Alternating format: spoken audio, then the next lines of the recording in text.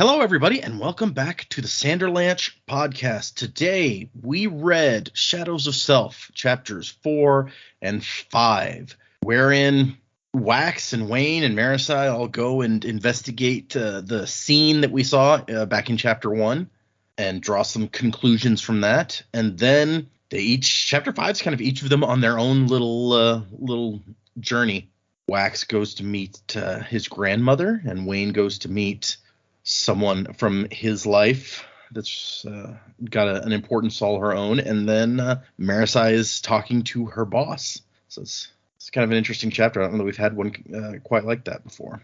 So I am Data, and with me is Jaymee and Dac. No Joe today. I think he's going to submit a little clip that I can cut in after this to be like, here's what I thought. Maybe he'll even say and Joe, and I'll put that after I've just explained he's not here. I'll put it there anyway. Anyway, hang on to something, everyone. The Sanderlanche is about to begin. Riddle me this now and riddle me that. Does anyone really know the mind of the bat? Wherever you're going, whatever you do, a man in the dark keeping watch over you.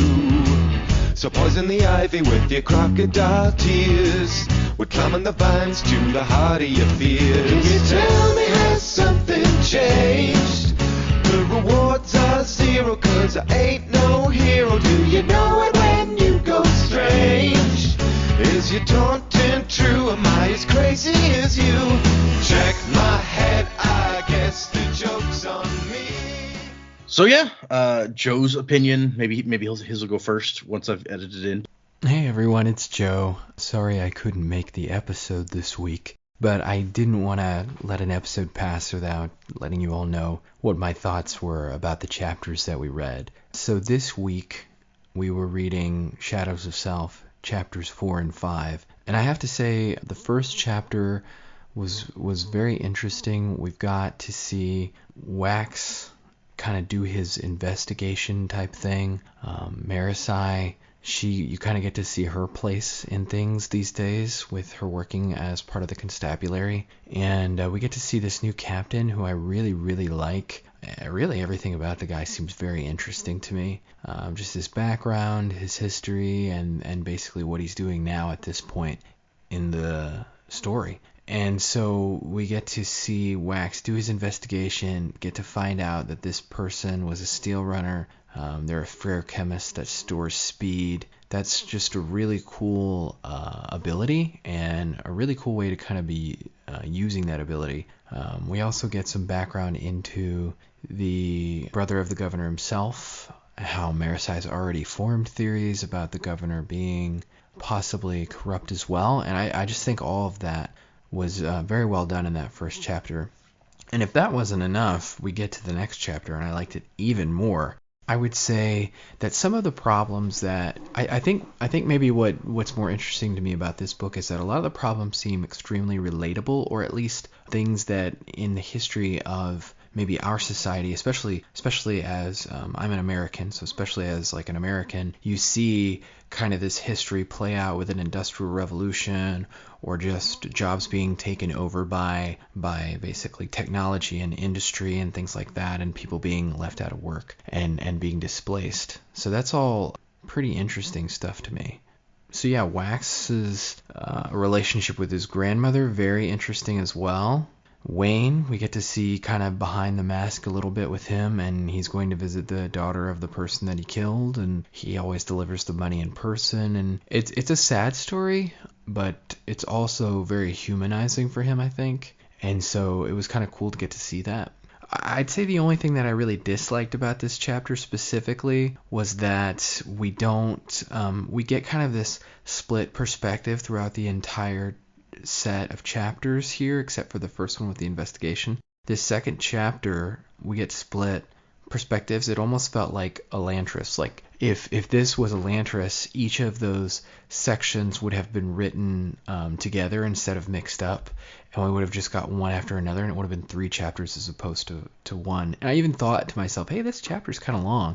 Not that it doesn't work, it seemed kind of long. So I was like, oh, that's interesting. This is a longer chapter, but it covered a lot of stuff. So yeah, so overall, really enjoyed these chapters.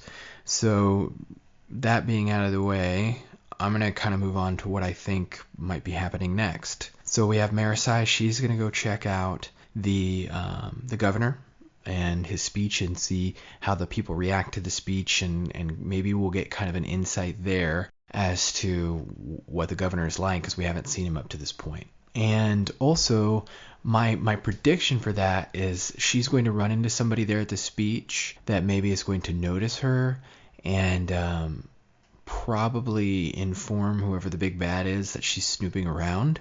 So I think maybe that's what we'll see on her end. Maybe not, but that's just something that I could see potentially happening. So Wax, at the same time, with the help of his grandmother, he's now after this steel runner. So I think he's going to track down leads. Wayne will probably join up with him, I think. And they're going to work it from a different angle. And what I hope is that our three protagonists are going to kind of collide here in the next set of chapters and be able to kind of work together from different angles to kind of solve this, just like they have in the past. But yeah, I'm really interested to see where this goes. There seems like there's a lot of mystery going on here right at the outset. You know, we're 5 chapters in and we're almost like a quarter of the way through the book too. So we've already covered quite a bit of ground just in this what feels like this first little bit. So there's a big mystery to solve. We've got a piece of the mystery, but not the whole puzzle. So yeah, I'm really looking forward to what we see next. But yeah, this has the potential to be really good. I'm really enjoying it so far. I hope you guys are too. Sorry I couldn't be there this week. I just schedules were conflicting, and what I'm really bummed out about is that I can't hear what everybody else is thinking about it this week, because this edit won't go up until the show goes up. So I'll actually have to listen to the show this time. I don't normally listen, but I want to hear everybody else's perspective. So, but yeah, that's all I really have for this week. So, wuzzing to the time of next. Colo? You two think of the 2 chapters that we read this time. Yeah, I'm still liking it. Obviously, it's a little bit less eventful, I guess, than the first 3 chapters that we read yesterday. I also really like that chapter with them sort of going off on their own.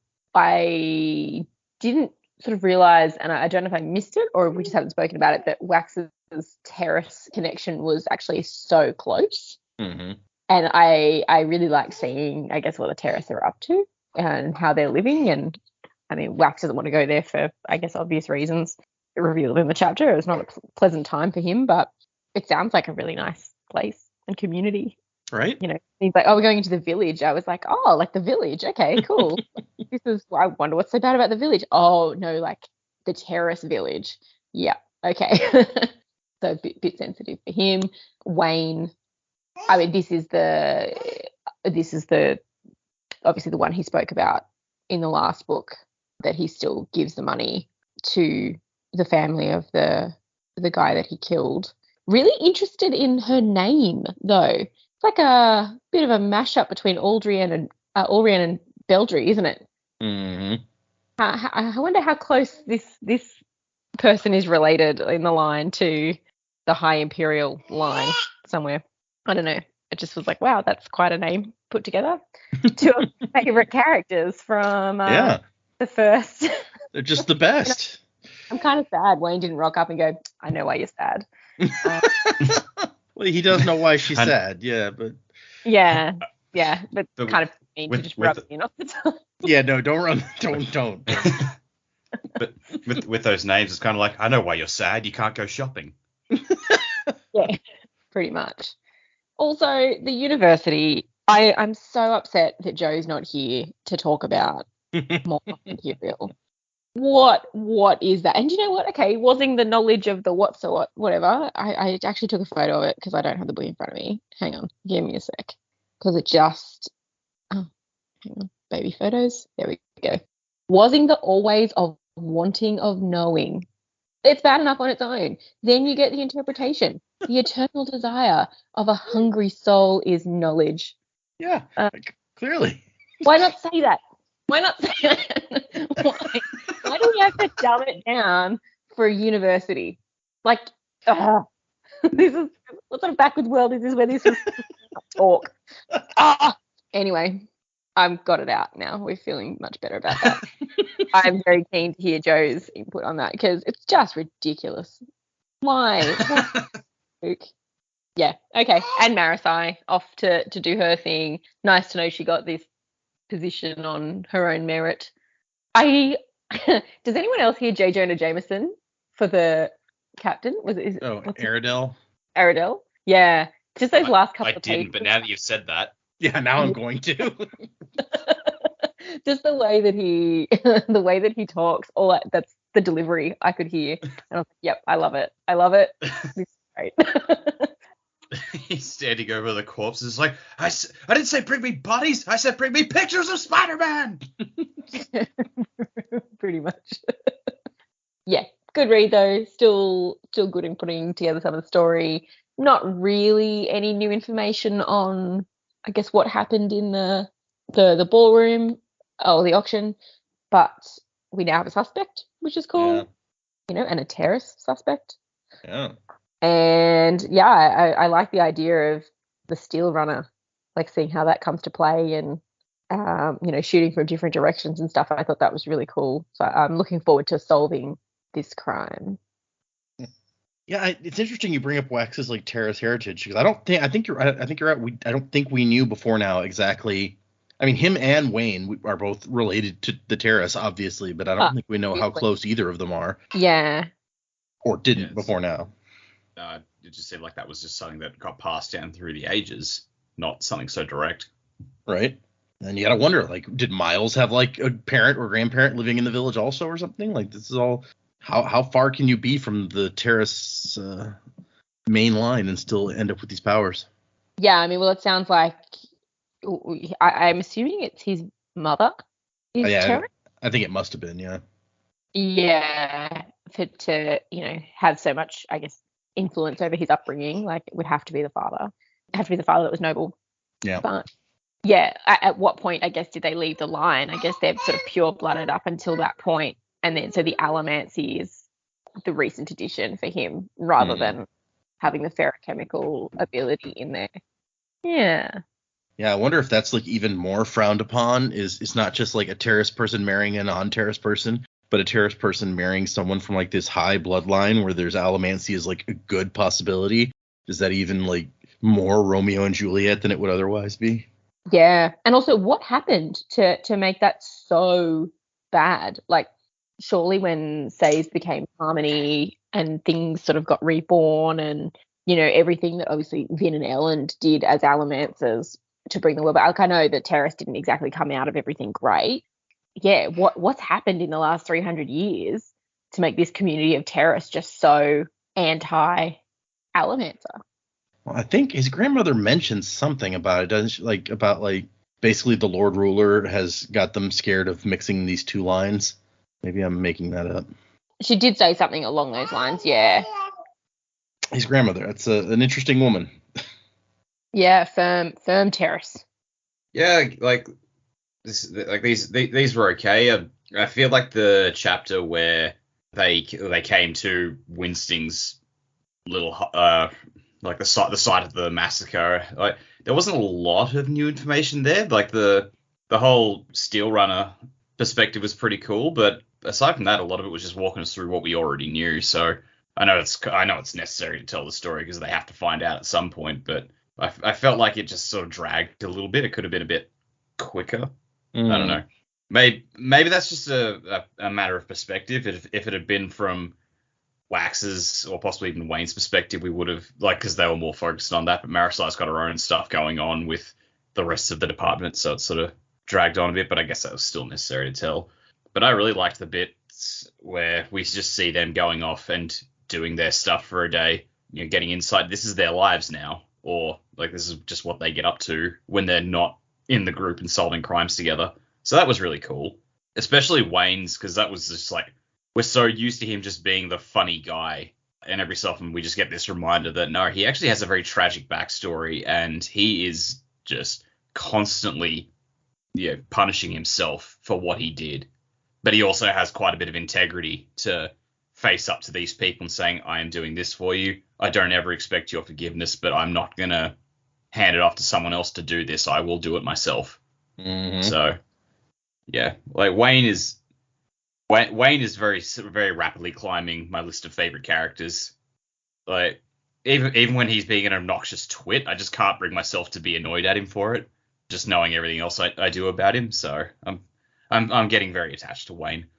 And yeah, meeting the terrorists was interesting. I spent that whole thing going like, wait, so Say's reshaped the world but didn't give the terrorists back their mountains. It's an interesting point. Yeah, that was maybe he wanted to encourage them to work with the other people more closely, which is why they've got their little hideaway set up right in the center of town. But it did seem it was like you took away like their frozen lands of snow and rock that they loved so much. You took away Canada. That's not fair. You took away Finland. And yeah, like it just seems all they get now is this one tiny little village. Whereas before, like they had this massive landscape to call their own. It just that was a bit weird coming from Sazed. But no, I liked the conversation. It was nice to see another side to the terrorist people, I guess, because previously, like, they were all super helpful aside from Rashek. So it was good to be reminded, it's like, no, these, like, there are different personalities in amongst this people. So we can just get different perspectives on what they think is right. So I don't know, I appreciated that. I thought Grandma V is a really interesting character as well, so I'll be looking forward to seeing more of her. And yeah, Marisai joined the force. That was pretty cool. Again, really good to see that she got there on her own merits. Yeah, I won't be able to unsee J. Jonah Jameson. That was right. Cool. I assume that, like, the idea after the world was destroyed and remade or whatever is that there were so few survivors that everyone needed to stick together. Because, I mean, there are mountains in the world and probably snowy ones that they could have moved to, but if there's not enough people to keep going, everyone has to work together, at least at the beginning.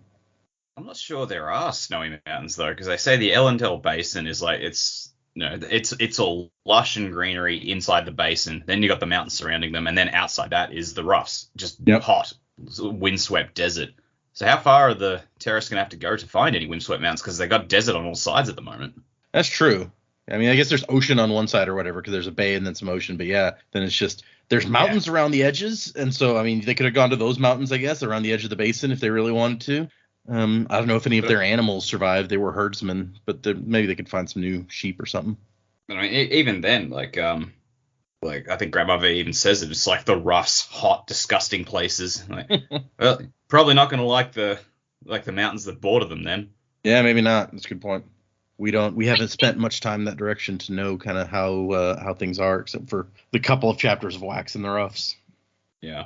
You think there'd have to be a cold climate somewhere? Like if the planet has been put back to where it was originally, well, the terrorists were around obviously before the planet got moved because Rashek did that. So somewhere on the planet, you'd think there would have to be an ideal place. But yeah, I guess their numbers, they were dwindling so much. Like they couldn't have kept going with just who they had. They would have had to have integrated with society a little bit. Maybe they could go, for a holiday or something to the. But also, if everyone's congregated in the middle, maybe they haven't explored that. They've been so busy of setting themselves back up. No one's gone back out yet if they don't have to. Right. Yes. Yeah. Yeah. It doesn't sound like there's a lot of people doing a lot of exploring out there. That was one of the. So I'm looking at the map now, and there is definitely a road that goes out north past Callingfale, past the Tyrian Sea. Mm-hmm. We don't see where that goes, but so that's out through the roughs and going whatever's north. So yeah, I don't know. Well, and I mean, yeah, I was with Jaymee. I'm like, I assume there's snowy mountains somewhere. But Dac has a point that it's like, if they don't know where that is, then how long might they be wandering? You're going to turn the terrorist people into like the Israelites wandering for 40 years in the desert looking for their homeland. Yeah. Okay, I guess let's get into these 2 whole chapters. We start right where we left off after Marisai has blown this dude's head off more or less. And Wax's first thought is like, man, there's a big chunk of his face missing. We're not going to be able to identify him very easily. Ew. And then he's like, oh, wait, don't worry about that. There's more important things going on. And Marisai is like covered with gore and like just staring straight ahead, very clearly not taking it real well. I mean, fair. No, yeah, absolutely fair. But I just mean Wax is like, oh, right, I have to be like a human being for a second and help my friend. And she's just like, that was unexpected of me, wasn't it? And then for this whole first section, Wax keeps trying to talk to her, and she's just like, what? What? What? You discharged a pistol right beside your head. You're gonna have trouble hearing. What? Yeah, okay. And Wayne stumbles out of the alley with a crossbow bolt in his hand and a hole in his clothes. So I guess he's probably just healed a crossbow wound. And Marisai's like, oh, so much for interrogating him. And Wax says, no, it's all right. Living was more important. What? Just we understand you can't hear, Marisai. Just stop. But I mean, probably fair and accurate. Yeah, no, absolutely. She's like, why does this keep happening to me? Yes, I know I won't be able to hear you. This is the third time someone's tried to use me as a hostage. Do I exude indefensibility or something? And Wax is thinking, yeah, actually you do, but that's a good thing. It makes people underestimate you. And then he's comparing her to Lessie again. Like, Marisai is clever and stuff and thinks clearly, but she also likes to dress nicely and use makeup, and Lessie would have never done something like that. I wonder how... so Marisai did all her research on Wax in the past. She had to have known about Lessie and presumably their relationship, yeah? You would think, right? So, yeah, I wonder if, she never brings it up, but I'm wondering if she's just got a massive chip on her shoulder about that sort of thing. Because, this chapter and then the next one, she's constantly second-guessing, her qualifications and, her abilities and stuff, and her actions. And, no, you participated in bringing down one of the biggest criminals in Ellendale, right? And you have performed some incredible feats. You don't need to be so hard on yourself all the time. But she's constantly just still shooting down her achievements. Well, and I think we kind of established in the last book that she has a bit of a thing about that because of basically being told her whole life how worthless she is. Yeah, true. I'd forgotten about that. And Reddy shows up. I believe he's called Constable Reddy here. I think they said Captain earlier, and he's come to get Wax. It's like, Lord Ladrian, excellent work, my lord. Another miscreant dealt with, and with your customary efficiency, which is not fair because he did not kill that guy, neither Marksman or the other guy. And then Wayne, being Wayne, is like, hey, look, I think I found one of that fella's teeth. That's good luck, ain't it? Thanks, Wayne. Hey, Wayne, make a bullet out of it. But Reddy is really like, hey, I was on my way to find you when I heard about this. There's another case that the Constable General's at that we kind of want you to come and take a look at. Politics is involved. And so Wax grabs Wayne and they head off, and she's feeling away about not being included. Although she's also covered with brains and bits of skull probably. So I don't know that I would assume that she would want to go ahead and just come on to the next thing right now. But again, chip, shoulder. Yeah. Captain Reddy comes up. Constable Combs, you're out of uniform. Yes, sir. It's my day off. And so she's starting to hear a little bit. It says she had to strain over the ringing in her ears and guess a little bit, but she got there to what he was saying. How is it that you find your way consistently into situations like this, despite explicitly being told it is not your assignment? You are not a field constable. Pure happenstance, I'm sure, sir. And he sneers at her, and she thinks that's funny. He usually saves those looks for Wax when the guy's not looking. So Reddy's not a big fan of Wax either, I guess, even though he's being very professional when speaking directly to the man. Oh, Wax even commented on that earlier. It's like, why do I always want to hit this guy? Yeah, he doesn't like him either. It's a good point. And Reddy's like, look, you've obviously been through a lot. Go home, get cleaned up, report for duty tomorrow. And she's like, no, I want to tell Captain Aradel about my pursuit of Marksman and his subsequent demise before the details become fuzzy. He'll be interested as he's followed the case personally. And so they have a bit of a staring contest because while Reddy technically outranks her, he's not her boss. Aradel is the boss to both of them. So he's just like, well, the Constable General's not in the office right now. Okay, well, then I'll just go straight to him and let him dismiss me if that's his wish. And Reddy can't argue that, and he's kind of annoyed about it. But all makes sense now knowing what we know later. Right. But yeah, at this point, she doesn't understand why this guy dislikes her so much, and she's going to say that later. But yeah, it makes sense when you find out that she took what he saw as his job.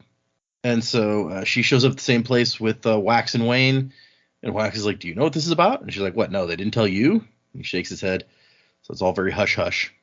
And Reddy says, we've been trying to keep it under wraps a little bit, but word is going to get out. Lord Winsting is involved. The governor's brother? They go inside this fancy place that Winsting Innate, that's what we find out his name is, Winsting Innate, owns. And as they come in, Wayne pockets a small decorative cigar box, Citizen's Magistrate's brand, which is the expensive brand that Miles preferred last book. I thought it was the same, and I was like, ooh, might be a clue. Not to Miles, but Yeah.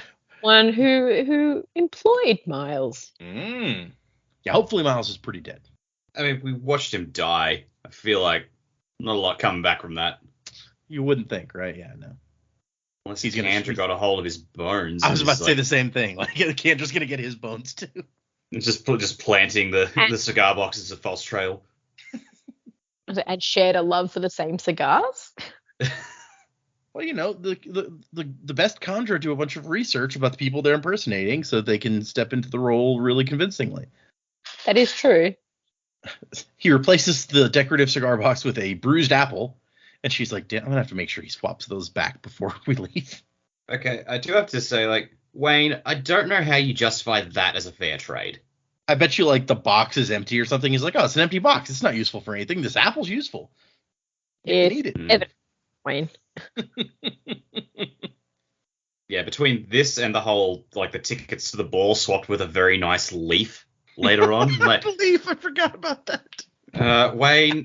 Wayne, I need to know your thought process on this because I don't get how that's a fair trade. He's just, that's the way Wayne sees things. He's like, this very nice leaf is a rarity. You've never seen a leaf this nice. Oh, gosh. No one gives a shit about leaves, Wayne. So they get up to the ballroom and find a bunch of dead people, but we knew that part already. And we meet Claude Aradel, Constable General of the 4th Octant, pushing 60, though he would not divulge his true age.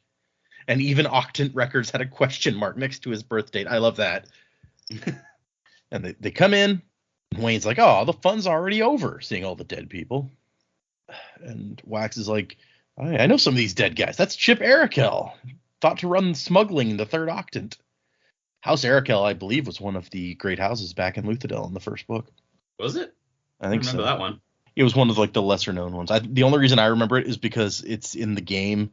You play the great houses in the board game, the House War game, and so some of the ones that don't get more than like a single mention in the book get more detail in the game.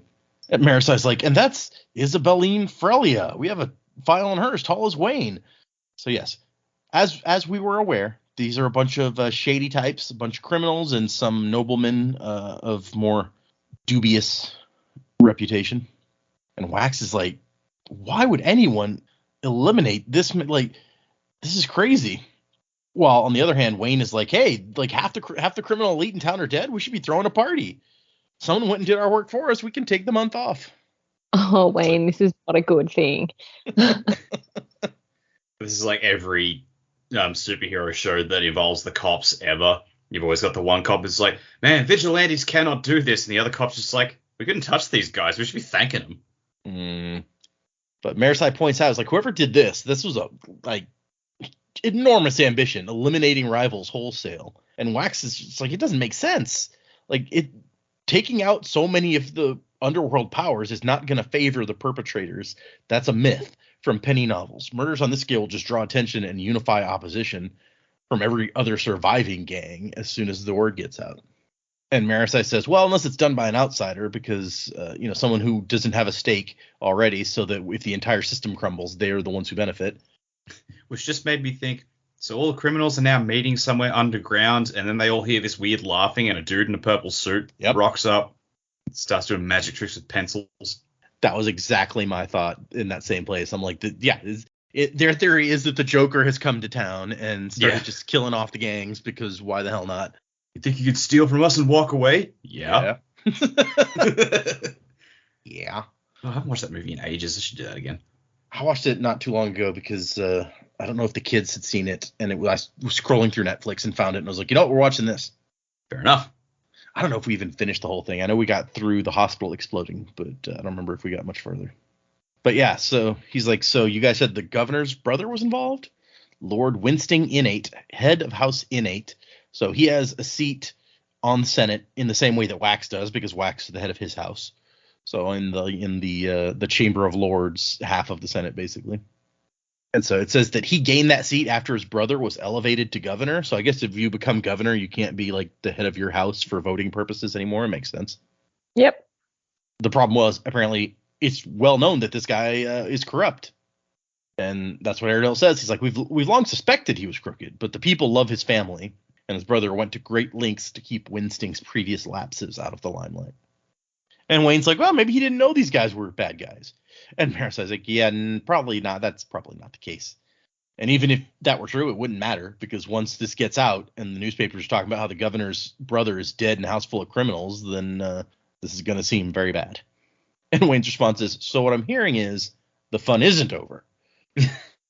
Meanwhile, Wax is looking at the bodies, and as she notes in her head, basically, he's used to working on his own out in the middle of nowhere, so he has to be able to do all the jobs himself. He knows how to examine the crime scene, do some CSI type work, at least a bit. And so Wax is like, so look at how the bodies fell. If this was an unexpected hit by someone from the outside, like, they would have rocked up and just shot everybody, right? But that's not what happened. These people were shooting at each other.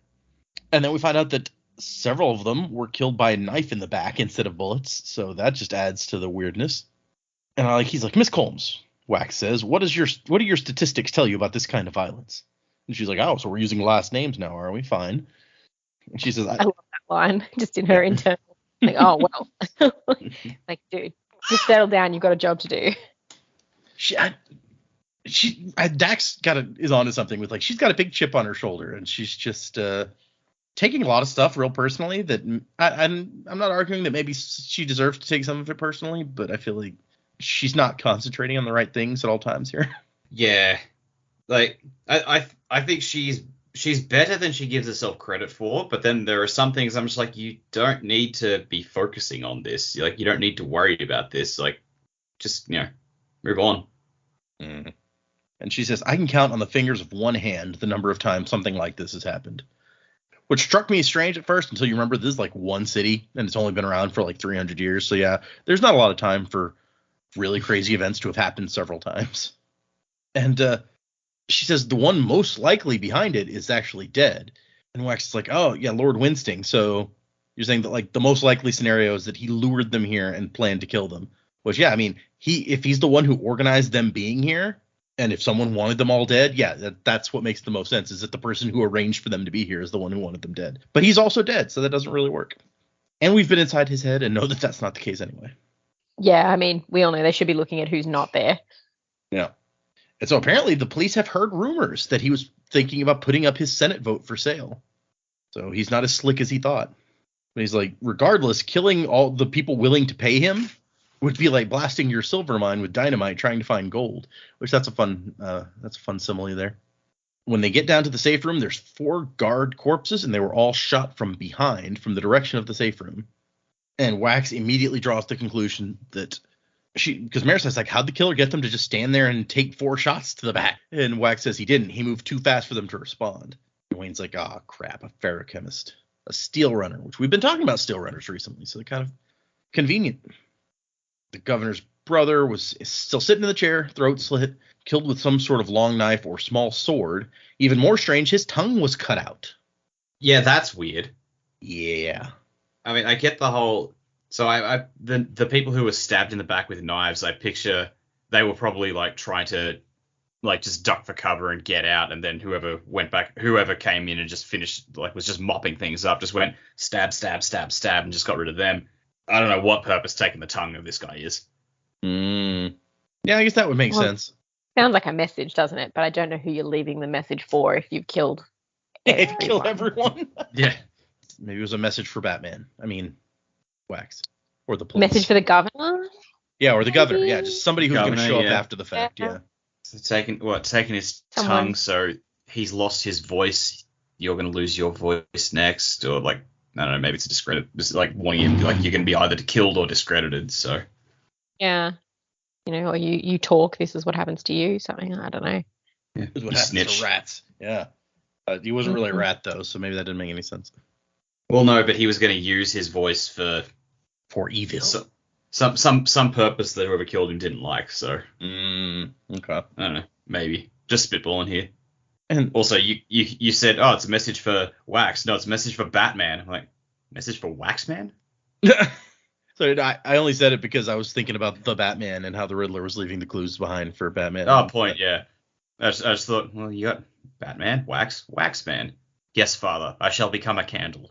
Waxman would be a really lame comic book villain. I think But that's the what he's kind that aiming you totally see. Doesn't have a beautiful new candelabra at home. He's just getting ready to leave the house. Yes! Oh my god!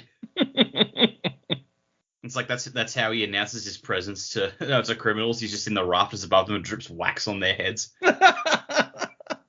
And they they do the thing where they look up just in time to see him jump on them. Oh no, it's Waxman! Run! It's the Waxman!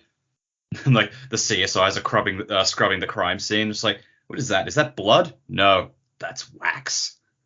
Oh, it's red wax. I wouldn't even think of that. Yeah, that's scary.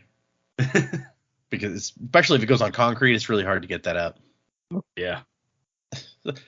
Aradil's like, I don't know why the killer didn't use a gun on this guy. And Wax says because the guards were still alive then. They let the killer pass. It was someone they trusted, maybe even one of their number. They let the murderer into the safe room.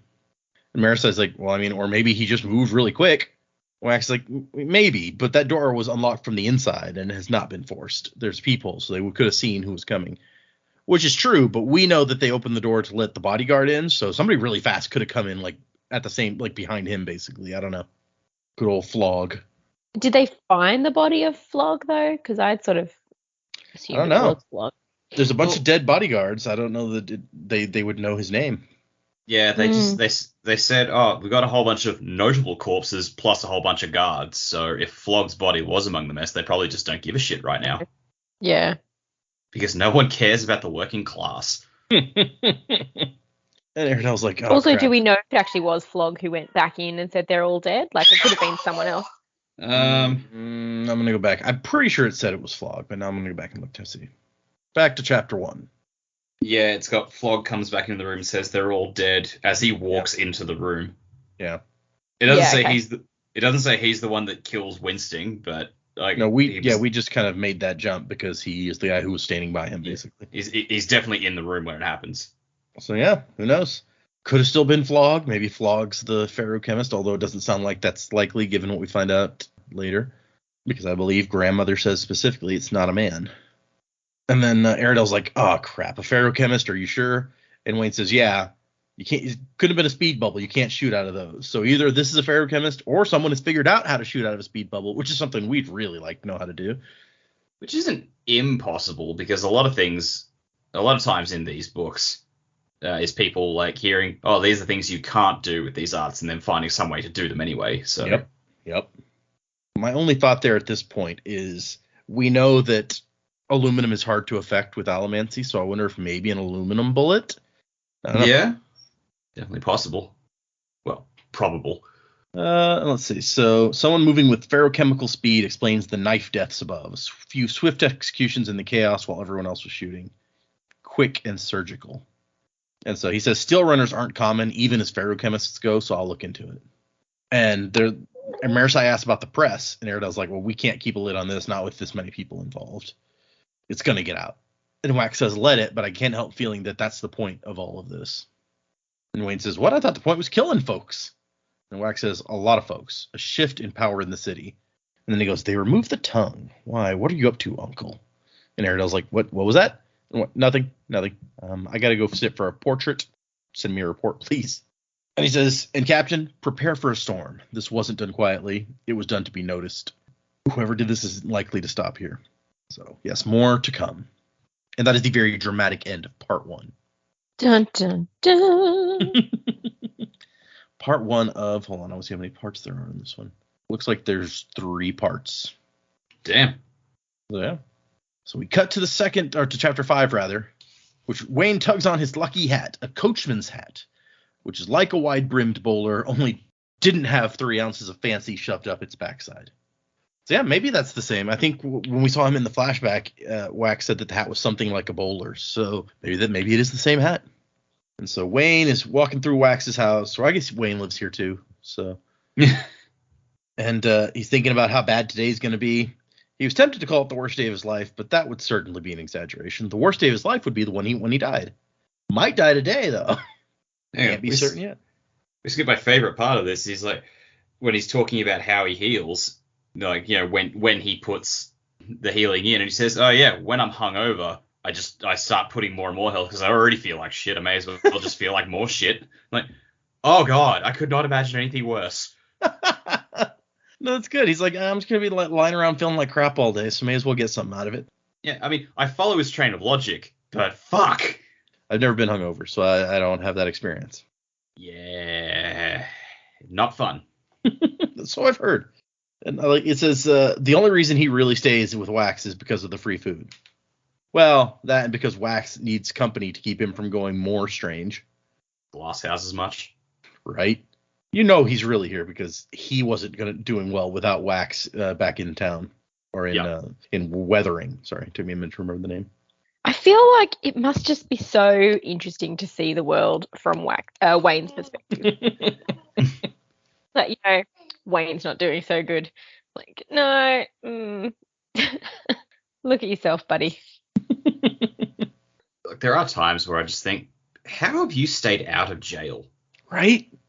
I assume for most of the time it was because he was out in the roughs with Wax, and Wax did his best to keep him out of trouble. Wax is the person who would be putting him in jail in the first place, so he's probably like, okay, look, give it back, apologize, can we please? But yeah it's gonna be tougher in town, in the big city. Yeah, I think when in the first book, when he finally showed up on Wax's doorstep, it was like Wayne has been waiting for that moment for a long time because he was just at a loss as to what to do with himself. Mm-hmm. I bet that's exactly right. So he spots a new candelabra of pure gold with a white doily underneath it. Exactly what he needs. Rich people don't make sense at all. That candelabra was probably worth a fortune, and Wax just left it laying around. And so he pulls out a pocket watch, a broken pocket watch. He says he can shake it and hear the pieces rattling around inside. Picks up the candelabra, pockets the doily underneath it, puts the candelabra back, and hangs the pocket watch on it. Seems like a fair trade. That probably is a fair trade, let's be honest. Yeah, that one's totally fair. I mean, I feel like they're both equally as good at telling the time. So yeah, that's true. But you can't blow your nose with a watch. Yeah. Well, that's because you're not trying hard enough. Touche. You're there. How it would work, but I'm sure Wayne could find a way. Yes, that is fair. If anyone could do it. He blows his nose into the doily. He's like, I've been needing a new handkerchief. Also, like, aren't doilies, like, it's a lace doily, right? Yep. That's not going to be nice. I wouldn't think. Also, don't doilies generally have, like, holes and stuff in them? That's kind of where I'm going with this. Like, yeah. It was not good. I say that it is less satisfactory as, like, a tissue than it telling time. Like, it's not fit for purpose. Does anyone know somebody who uses doilies? My mother. Okay. We have doilies that have been, like, handed down from great grandparents, and because everyone in my family crochets, so everyone makes doilies, and then all of a sudden we end up with all the doilies. Yeah. Yeah. That makes sense. Yep. Yeah. At some point, we're going to need a bigger house purely for the doily cupboard. Okay, so Wayne finds Wax and complains that Wax has been working so hard, and says, you make it hard to loaf about properly. Makes me look bad is all. Proper loafing requires company. One man laying around is being idle. Two men laying around is a lunch break. I love that. That's a great Oh, yeah. Yep. 100% behind him on that one. Yeah. There is some sense in that, Noggin. And Wax has a layout of the ballroom and the deaths and, like, what weapon killed who, basically. And so he points out that this basically proves that it was a steel runner.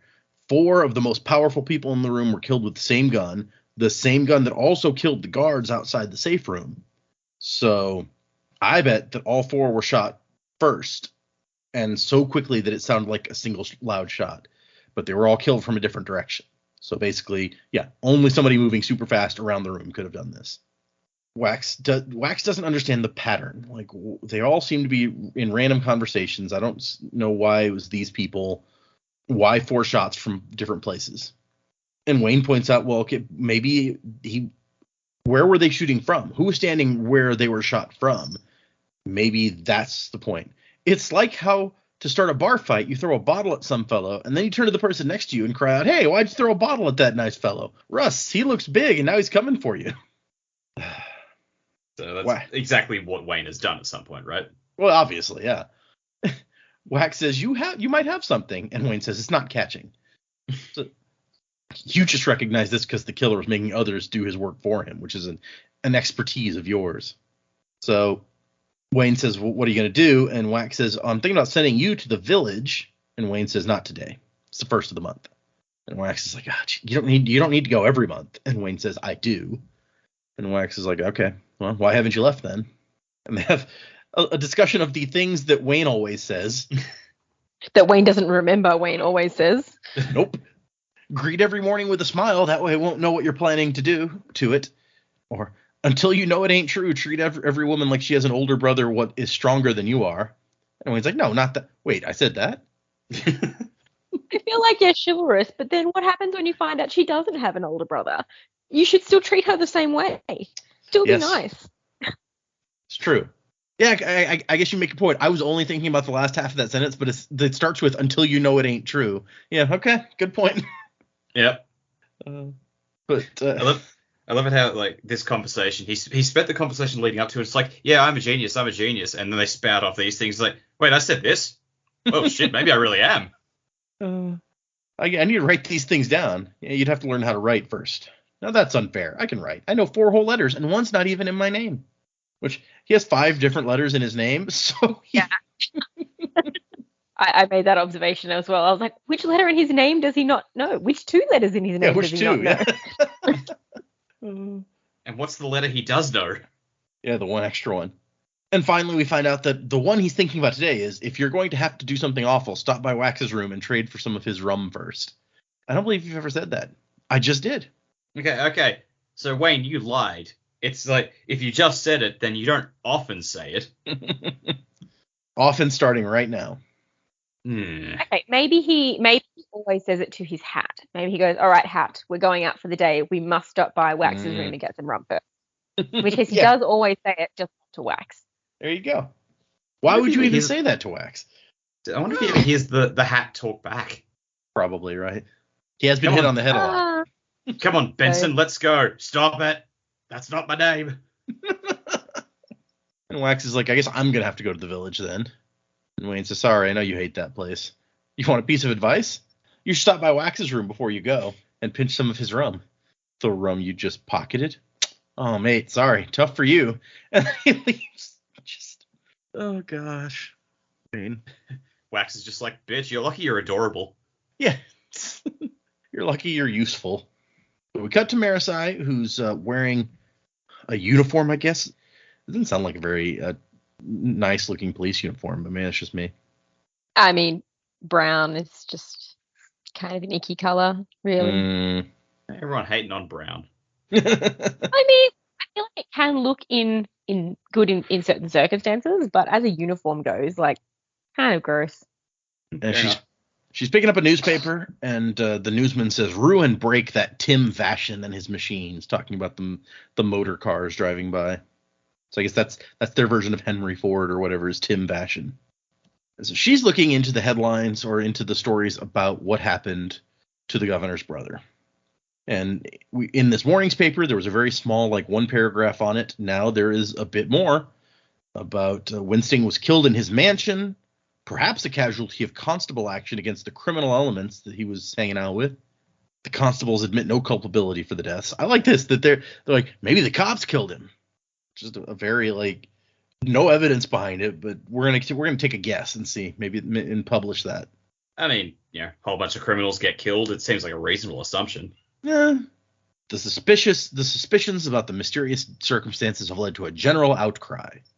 She says the Ellendale Daily was hardly the most reputable news source in the basin, but it did know its market. News stories that people agreed with or were scared by sold the most copies. Yeah, ain't that true? Yep. And as she's walking into the precinct, she notices a bunch of guys loitering, dark jackets of Teamsters, hands shoved in pockets, out of work. Too many idle men out of work. That's generally not good for crime rates. Men whose families had worked for 3 generations in the same job suddenly found themselves unemployed, and with the labor disputes at the steel mills, the governor had been making promises, empty promises mostly, but men losing hope clung to such promises. And she thinks a fire is kindling in the city. You can almost feel the heat coming off the broadsheets. She's worried about where things are going, and that Lord Winsting might actually do more harm dead than he would have alive, which was saying something. There's really nothing good about this guy, was there? Nope. So we cut to Wax, who's getting out of his carriage. The hat and the miscoat made him stand out like a man who'd brought a shotgun to a knife fight. Another great simile. It's just fun stuff. And he sees that everyone else wears very different hats from what he's wearing, and he thinks maybe Wayne was right about that. He never would shut up about the importance of a hat. So it's interesting to me that apparently this was city first, because the cobblestones have like been pushed up and out of the way and stuff. So this isn't like, here's a nice place and the terrorists will live here while the city gets built around them. There was city built here, and apparently the terrorists have taken it over, and the plants are just growing up out of. So that's kind of Yep.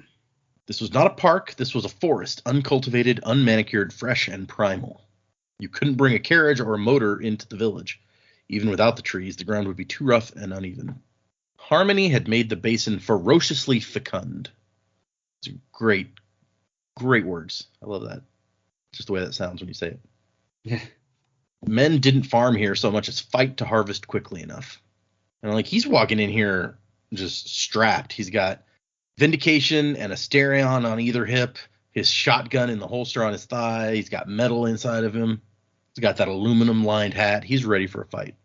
Yeah, I can't help but feel also he's probably dressed this way to displease his grandparents a little bit Right? as well. It seems intentional, right? Yeah. Because I can't imagine he thinks he's actually going to get into a gunfight and kill some of these people in the village. So it has to be just to annoy his grandmother. And so he finds 3 terracemen waiting for him as he strolls in, all wearing the robes of brutes, ferrochemists who could increase their strength. One had darker skin. Some of the originators from ancient Terrace had been dark of skin. Wax's own tan probably came from that. So Wax is kind of a tan dude, I guess, is what we're learning here. I honestly would have assumed that would just come from being in the desert, but okay. Right. None of the men here had the elongated features seen in ancient paintings. That was a thing of mythology. So that's, I guess, an interesting note about how the Terrace people have changed a bit. Mm-hmm. What is it you need, outsider? One of the men said. I want to speak with the synod. Are you a constable? Of a sort. The Terrace police themselves. We have an arrangement. It's like, yeah, I know. I just need to talk to the synod, or at least Elder Vlafendal. And these guys don't want to let him in, basically. Like, you shouldn't be here. And then a tired voice is like, it's all right, Rizal. And they're like, we tried to send him away, Elder. He has a right to be here. He has as much Terrace blood as you do, more than most. And they look over at Wax like, you don't mean... Yes. She says, looking very tired. This is he, my grandson. And then we cut back to Wayne, who has finished off the bottle of rum. And he keeps the bottle. It's a good bottle. He should be able to trade it for something. He waves goodbye to Red, the boatman, who let Wayne bum rides in exchange for a story. He spits a coin out of his mouth and gives it to him. And the guy's like, why is this wet? Were you sucking on this? Alamancers can't push on my coin if it's in my mouth. You're drunk, Wayne. Not nearly drunk enough. That cheapskate Wax didn't even have the decency to stock a full bottle. That's ungrateful. He shows that he's at Ellendale University, and it's time for Wayne's 3 tests. And he's getting a little foggy, as he says. He's like, maybe I shouldn't have downed the whole bottle of rum. When he was properly smashed, he could take a punch or 2 in the face and not even feel it. There was a kind of invincibility to that, a stupid kind, but Wayne wasn't a picky man. Just, oh, God. Ugh. That just sums up Wayne to a T. Right. And here's where he sees the sign, the etched letters over the top of the university gates proclaim, wasing the always of wanting of knowing. Deep words. He'd heard them interpreted as the eternal desire of a hungry soul is knowledge, just like Jaymee said. Oh my God. I'm surprised you could read that with only knowing it's 4 letters. Right? Yeah. That's a good point. I hadn't considered that. I assumed that it was a joke, that he only knew 4 letters, but... Well, unless that's just the story he tells Wax and doesn't reveal that he actually can That would be hilarious, actually. Like, he's been tricking Wax into thinking he couldn't write. he's like, Wax, I need you to write this down for me. It's like, one of these days I'm going to teach you how to write. And he's like, I'll never get the hang of it. And secretly he's just like, sucker. But they've got 2 men guarding the gate. And he's like, oh, they're watching out for me this time. After the nature of any great hero from the stories, he was going to do his best to avoid this particular trial. They'd bricked up the broken part of the wall that he'd used last time, and the tree that he'd climbed the other time had been cut down. He decided to follow another great tradition of heroes facing trials. He went looking for a way to cheat. So he finds Dims, a young man with a bowler hat and a bow tie and the sleeves ripped off his shirt. He was the head of... Is a statement? It very much reminds me of Badger, except... Badger from Firefly, yeah. Badger and Ham had a little boy. Yeah, with the shirt sleeves. Good point. He was the head of one of the more important street gangs in the area, but he never stabbed people too badly when he mugged them, and was polite with the people he extorted. Practically a model citizen. He's like, hi, Dims. And Dims is like, you a conner today, Wayne? Nope. Ah, good. And he pulls out a little metal container, which, when I first read this, I'm sure is like some sort of drugs, and no, it's gum. Wayne's like, what's gum? You chew it. And Wayne chews it and likes the flavor and swallows it. And Dims is like, you don't swallow it, Wayne. You just chew it. So, how are things with you and the Cobblers? The Cobblers were a rival gang. Dims and his fellows went around with their sleeves torn. The Cobblers wore no shoes. Apparently made perfect sense to the use of the street. Wayne liked to keep an eye on them. They were good lads. He'd been like them once. I like that he's looking out for these like homeless kids in these gangs. Not to the point of trying to reform them or find them homes or anything, but he's like, I keep an eye out for him. He's actually got a good heart. Yeah. His heart's in the right place. He's just not always doing the smart stuff. Boys like this, they could use someone to point them in the right direction. And so he wants a favor from Dims. Dims like, you bring that money you owe me? From cards 2 weeks back? Rust, Wayne, are you drunk? It ain't even noon yet. I ain't drunk. I'm investigating alternative states of sobriety. The kid says he owes him 20. Wayne distinctly remembers it being 5, but it has a 50 for him. And he says, I need to get into the university. The gates are open. Can't go through the front. They know me. Tim nodded. That sort of thing was a common complaint in his world.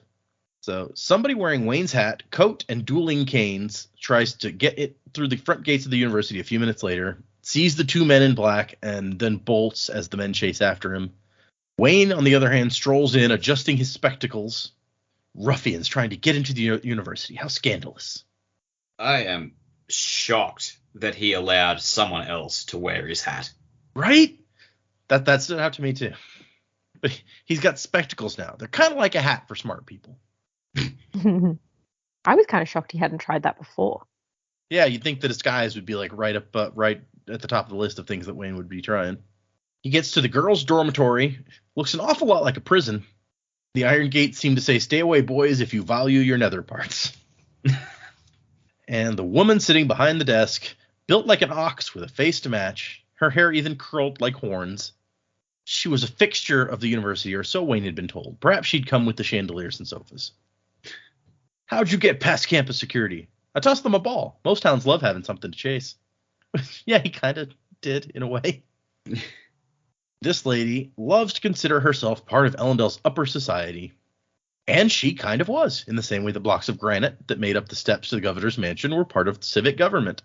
I thought I told you. Every line is a punchline. It's great. It's so true. Like, every Wayne moment is... Wayne, nothing but zingers. Well, I thought I told you not to come back. I thought I ignored you. Are you drunk? Nah, if I were drunk, you wouldn't look nearly so ugly. I can't believe your audacity. Really? Because I'm sure I've been this audacious before. Every month, in fact. So it seems the right believable thing for me to do. It just, every line is a joke.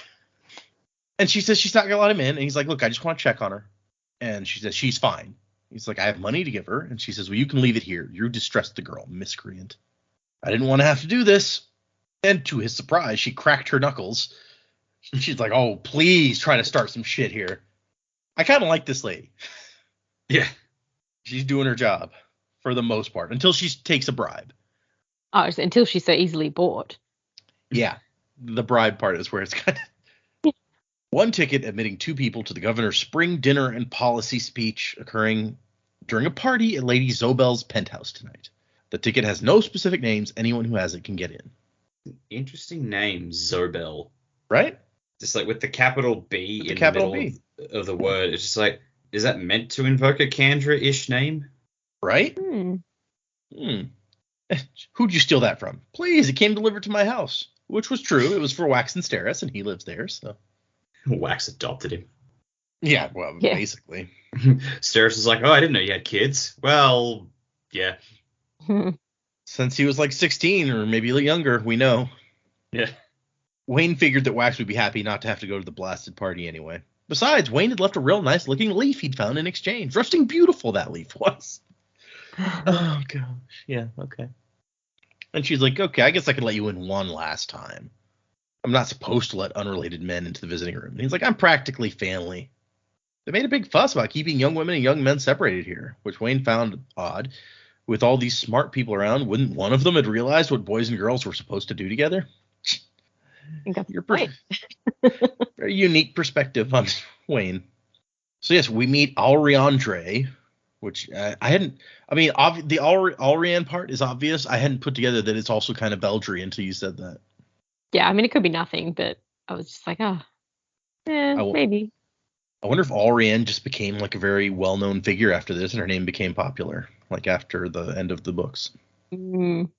Well, what was it? The last book they said Breeze was the counselor of kings or something. Counselor to the gods. And Alrian was his wife, and she was always telling the story that Vin and she were best buddies, so. And maybe she has a nickname like that too. God's BFF. And Alriandre has brought some backup. 2 other young ladies about her age, just shy of 20. Smart girl, Wayne thought, proud. Madame Penfore says you're drunk, Alriandre said, remaining in the doorway. And he taps his healing to burn away the alcohol. For some reason, his body thought alcohol was poison, which showed that a fellow couldn't always trust his own body. But today he didn't complain. Wayne's like, I was just messing with her. I brought this month's money. He puts an envelope out. And one of the girls is like, is that really him? They say he rides with Dawn Shot of the Roughs. It's him. I don't want your money. Your mama told me to bring it to you. You don't need to bring it in person. I do. How are your studies? Are they treating you well here? Is there anything you need? And she pulls out a locket, which opens up to show a picture of a man with a wide mustache and a twinkle in his eye, with a long, friendly face and thinning hair, her father. And she says, tell me what you did. And he doesn't want to, but he has to. It's like, I killed your daddy. I mugged him in an alley for his pocketbook. I shot a better man than me, and because of that, I don't deserve to be alive. You know you aren't forgiven. I know. You know you never will be forgiven. I know. Then I'll take your blood money. If you care to know, my studies go well. I'm thinking of taking up the law. And then she tells him to get out, and he does. It's very sad. I get his reasoning for going back every month, and he's trying to do the right thing the best that he can given the circumstances, but gosh, that would be hard to do. Yeah. Hard for both of them, but it would be really easy to go, yeah, I'm walking away, but that obligation in him, he really is a good guy and he does feel absolutely terrible, and that was such a turning point in his life too. So yeah, that just to put you through that every month as well, just that's awful. I mean, we have the benefit of knowing that Wayne is not a bad guy. She doesn't, as far as she's concerned. He killed her dad, and that's that. So, I get the hostility, but just not nice for any of them. Also, knowing that he was going to turn up every month and that you had to go through that every month as well, that's also a bit shit. Yeah, I can't imagine. I mean, like you said, we can understand Wayne's perspective and that he feels this responsibility, and that the fact that it's hard for him is all the more reason why he's like, I have to do it. Like this, I deserve this pain that I have to go through. Yeah. But it's from her perspective, having to be confronted face to face with the man who killed your father once a month. I can't imagine having to go through that on her end. No. Just the fact that the thing that got me about this scene is the fact that in the lead up to this, like we were saying, Wayne was on fire, zingers and jokes and everything all around. As soon as she came into the room, we've never seen him that serious and deadpan before. He is just completely 100% Hi, how are you? Are you okay? Here's your money. Like, absolutely no bullshit, no trades, no jokes, no zingers. Yeah. Yeah, when he stops joking, I really conveys the seriousness of the moment. Yeah. No, very, very well written. Yeah. I find it interesting that apparently her mom was like, instead of sending us the money every month, take it to my daughter at the university. So maybe he's paying her way through university for all we know. I mean, probably. I don't remember if we know how many kids that guy had. Like, he might end up paying for a bunch of kids going through college. And I think they said it was 3. that sounds could be right to wrong. me. Maybe 3 is just such a normal number for that sort of thing that it seems right. But I agree that the kind of is what I was thinking. Yeah. So cut back to Wax. Stepping into the village was like stepping backwards in time hundreds of years. The air smells of old leather and furs. And there shouldn't have been a thatched log hut in the middle of Ellendale, and yet there was. The enormous fire pit in the middle would never be needed in Ellendale's mild weather. But today there's a small fire with a kettle of hot water for tea on it. And they got paintings of frozen rain and wind, tiny figures on slopes, all fragments of mythology. Old Terrace, the land of ice and snow. The white-furred beasts and spirits that haunted frozen storms. It's very dramatic. Mm-hmm.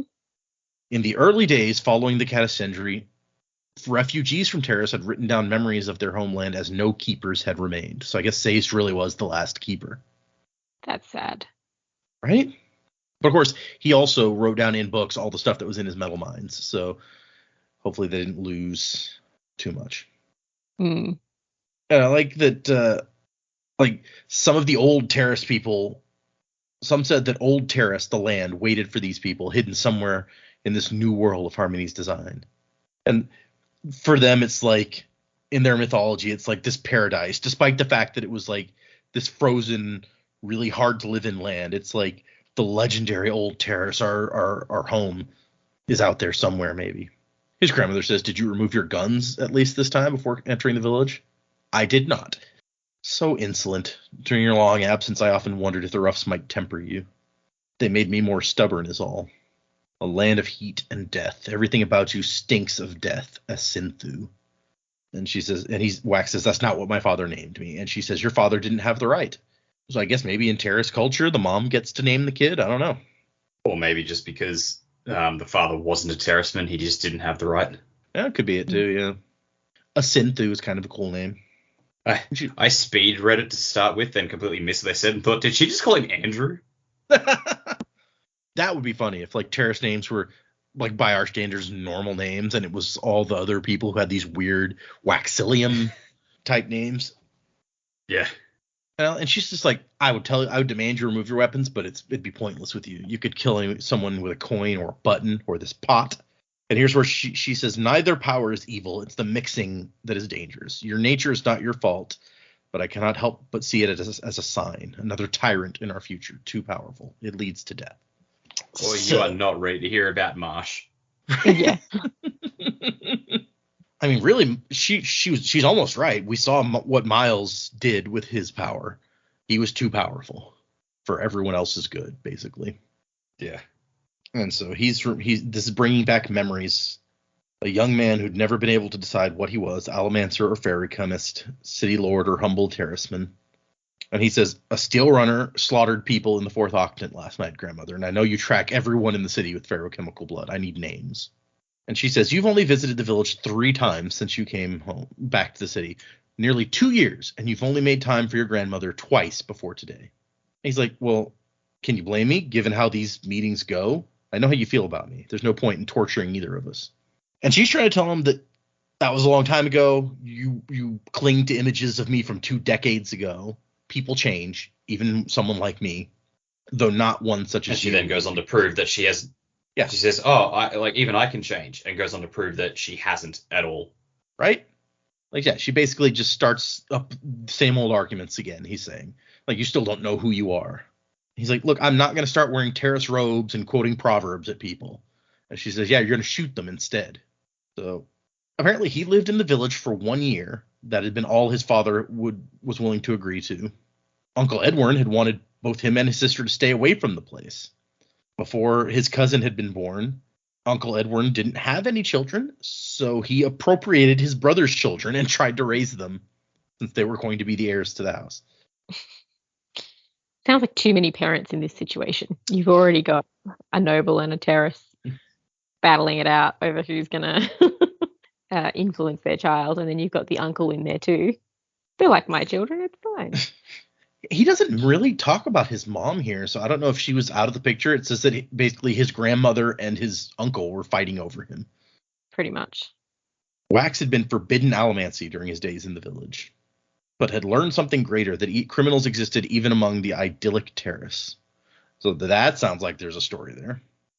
People walk, like, you just imagine these terrace guys walking around with shirts that say Rorschach was right. Oh, jeez. Wow. It doesn't sound like they're big fans of Rorschach from what his grandmother's saying, but yeah, there's all sorts of different personalities. Who knows? Yeah, I assume that, like, there might be some, like, this far removed from Rorschach's rule, there might be some people who, like, yeah, like, don't see the horrors in what he did, and then you got that bloody book that of sayings and spooks that, you know, presumably got around, where they say Rorschach did have some of the right ideas and went about in the wrong way, so it's easy for people to extrapolate that into maybe Rorschach was right.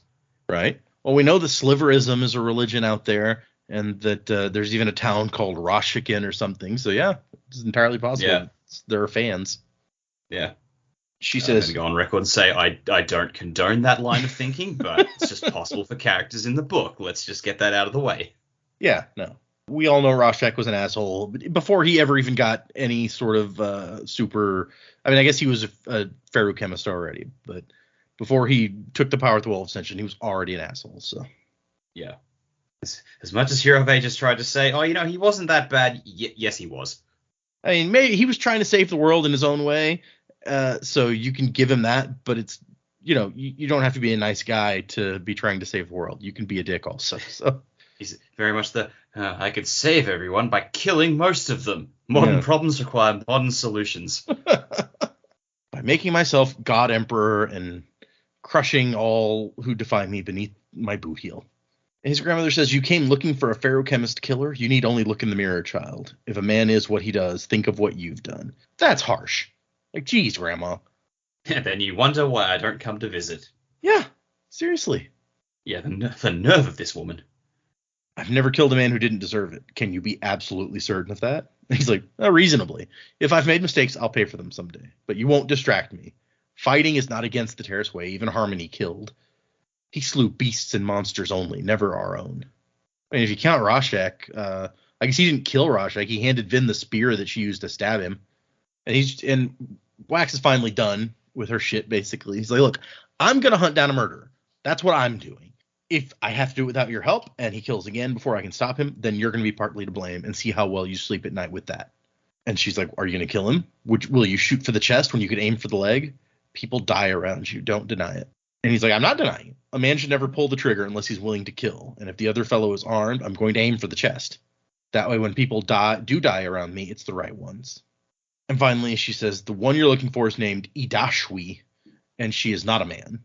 Steel runner? Yes, but she's not a killer.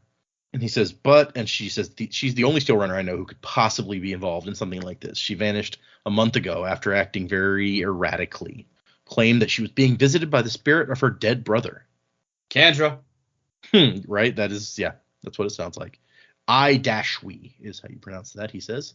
The Terrace language had once been dead, but Harmony's records included it, and many Terrace now learn to speak it in their youth. Well, that's nice.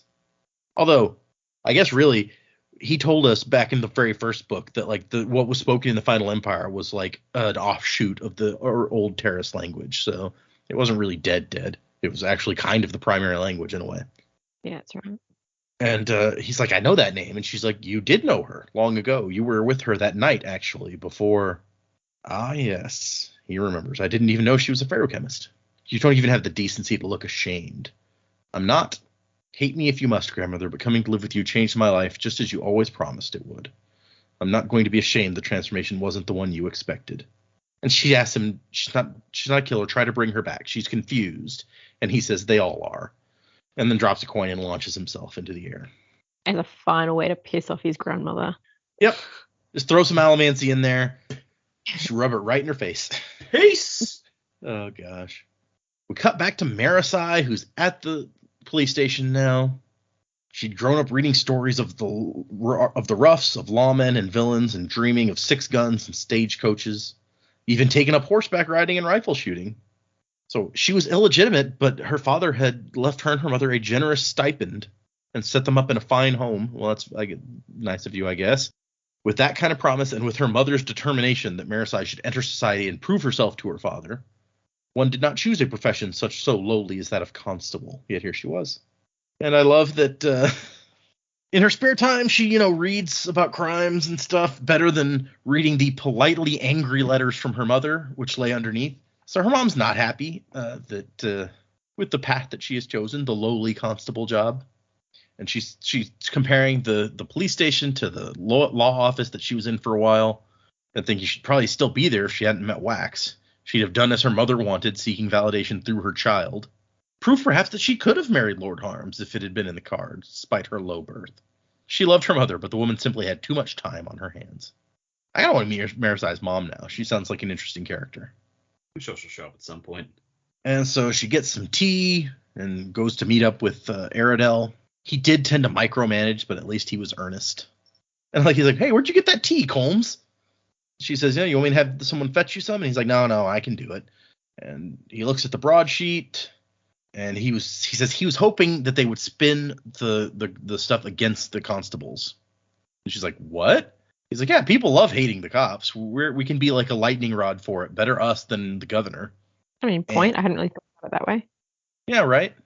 And she has some issues with the governor. She is pretty sure the governor is corrupt. Too many coincidences, too many small oddities in his policy decisions. But she just can't quite prove it, and he basically tells her to keep her mouth shut unless she can. Feel free to ask the questions in your own head, and not out loud. And this is where, as Reddy scowls at her, she's like, someday I'm going to figure out why that man hates me. And Aridel's like, oh, you stole his job. Wait, what? Well, let me save you the trouble. I can tell you why he hates you. Yeah. I know why he's sad. Yep. There you go. And so, yeah, Reddy was going to become the assistant until Aradel decided to hire Marisai instead. And she's like, why him? Like, he's already a senior field constable. He was gonna be my assistant. You could say he was ready. Oh. Nope. You can tell Dac is a dad now. He's got the dad jokes. You gotta perfect this shit. Yeah, needs practice.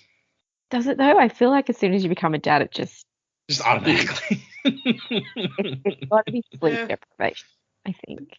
Oh yeah, that probably does it. You're right. Yeah. Everyone has this idea that in order to move up, you need to spend more time in the office and less on the street. And Aradel thinks that's stupid. I want the assistant position for nurturing someone fresh who shows promise rather than letting some practiced constable gather moss, which makes terrific sense and instantly explains to Marisai why not just Reddy, but most people here seem to not like her because everyone thinks she stole a job that should have been Reddy's instead. And she's especially like Reddy wanted to change careers a little bit. That's a bit rough. It's like, no, you're better where you are. But I want to go. I want to do something else. I want to expand my skill set. It sounds like he wanted to get promoted. So if Aradel is deciding on promotions also, then he's probably looking at it a different way than these other ones, where it's like he wants somebody good in the field to get promoted. Yeah, fair enough. But I like she takes a moment. It's like, wait, you think I show promise? I was like, yeah. Why else would I have hired you? A compliment? The first time ever. Oh my gosh. That's not fair. Wax complimented her several times last book. Again, chip, shoulder. Yeah. Yeah, she's also got issues with Wax. But he says, I don't care about your grades or what those zinc tongues in the solicitor's office thought of you. The words you wrote about The words you wrote about changing the city, those made sense, and that impressed me. And she's like, oh my gosh, thanks for the praise. And he's like, no, I'm not flattering you. It's just a fact. And he wants her to, it's like the governor's going to make a speech. I want you to go out there and report back to me what he says, but especially how the crowd reacts to him. And she says, yes, sir. And goes on. Those were the 2 chapters we read. And you guys will notice, and we'll talk about it next time, that there's some more broadsheet stories coming up right after this. Ooh. And hopefully in your version also, but in my version, it's no longer just the broadsheet. The picture of the broadsheet is followed up by the actual text written out, so you don't have to like squint and try to figure out what it's saying. Oh, cool. No, we do not have that. You don't have that? Is that just the electronic version? That sucks. Yeah, we got the broadsheet and then it goes straight to chapter 6. Okay. Well, that's Ooh, old children love Sunni pups. Yeah, we can talk about that next time. But I love the Sunni pups; they're awesome. Okay, so now that we're getting kind of into the meat of what's going on, we've got a suspect for our murders and a line potentially leading back to Suit somewhere in here. What do you guys think is going to happen? Let's do some predicaments. I mean, I went pretty out there with my predictions last time. I don't have a huge amount, other than I do think we're leading towards Mr. Suit and his involvement, how that involves a ferrochemist. I mean, our ferrochemist has gone missing, so maybe is he taking ferrochemists as well as elements? We still don't know. And then, you know, like maybe that's a thing. I don't know if there's other ferrochemists missing, but yeah, I mean, Mr. Suit wasn't there. I don't think it's going to take them long to figure out that he should have been at the auction gathering. And Wax is already kind of suspect on that anyway, but I think he's suspect on that for everything, really. Right. Yeah, I don't know specifically where we're going to go with that crime yet. I hope we see a bit more of the terrace people. I hope we get a bit more involved in that in this book. You know, we kind of followed that formula in the first trilogy. You know, we had the Allomancers, then we had the ferrochemists, and then we had Hemalurgy at the end. Oh, yeah. Yeah, so maybe we get a bit more of that. I also hope we get a bit more of Marsha's book soon as well. A few more little tidbits. I was sort of hoping that would be kind of become this series' epigraphs. You know, piecing bits of another puzzle together and see how that all work together. But in terms of where we're going, like right now, I'm not really sure yet. I think it's still a bit early. Okay. Yeah, I guess we don't really. I mean, maybe the broadsheet pages count kind of like the epigraphs. Even they're not at the beginning of every chapter, but yeah, we've gotten a very tiny tease of that book so far, and not much like meat from that. So that's it. Ready for just a little bit more. Mm-hmm. And again, yeah, curious as to, you know, can we unravel who's actually writing it, and would that give us any insight into the motive? Obviously, it's got something to do. Like Marsh has found it important that Wax reads it, and he obviously knows what Wax is up to. So it's got to tie back in somehow. And there's definitely the interest in the Hemalurgy there as well. You've got Grandma's fears of having Allomancy and Ferrochemy in the same bloodlines. Mm-hmm. You know, is there the same fear around? Well, I mean, yeah, if you had Mistborn powers and you had all of the ferrochemical abilities as well, that's pretty terrifying. Is someone trying to put together another superpowered being? Is that even possible? You know, has Sazed kind of gone, look, you know what, no more Mistborn. It's just diluted now. But if Hemalurgy still exists, there's no reason you couldn't. If you found all of the mistings and the fairings, put them together. Yeah, it's true. Scary. Okay, so I've got a couple, and two of them are sort of actually in direct conflict with each other, but we'll figure that out. So start with, I think, the obvious one to make, and that is Aishanwi. Am I pronouncing that right? I think that Aishanwi. Yeah. Aishanwi. She was the girl at the auction that Winston was suspicious of. I remember when I'd forgotten about her. Yeah, it seemed like a lot of focus on that character that we never actually found out about. So I feel like that had to be there for a reason. So I think, yeah, that was probably her. And that makes me think she was hanging off Dowser's arm. I think Dowser was actually already dead, and so the Dowser we saw was actually the Kandra that was impersonating Aishanwi's dead brother. And so they were working in tandem. She got everything set up, and then he was able to go around, do some quick stabbing and stuff. And then as everything was going on, they killed Flog. The Kandra very quickly took Flog's bones, got down to the bunker to open the door and kill Winsting, and then Aishan was able to run down, spin around, and pop the guards in the back of the head. Okay. So I think that's how that all went down. Time will tell, but yeah, I am leaning as hard as I can to this Kandra thing. So I mean, it's probably going to be more volcanoes, but whatever. I think it's plausible. And I'm pretty sure it was Flog who actually killed Winsting, and then Aishanwi was just getting him out by taking out the guards. So that's theory number one. Theory number two, which is in conflict, like most of it sort of works in tandem, except Grandma V is lied about who Aishanwi really is, and it's actually Wax's sister, who is the Steel Runner, and she works with Mr. Suit. Oh, okay. And so, like everything else with the Kandra and everything, that all still stands. But I think Wax's sister might possibly have turned to Edouard's side and is now working with him, and he's finally got an heir. Ooh. Since Wax is against him, and was it Hinston is dead? Right. Yeah. Was that his name? I think so. That sounds right. Yeah. So yeah, either I couldn't decide which of those fit more. I don't know if Grandma V is just like outright lying to Wax, which could be possible, but it might be a bit too much of a reach. So if she's telling the truth, it was Aishanwi. If she wasn't, it was Wax's sister, whose name I forget. Wax asked about her in the epilogue. Telson.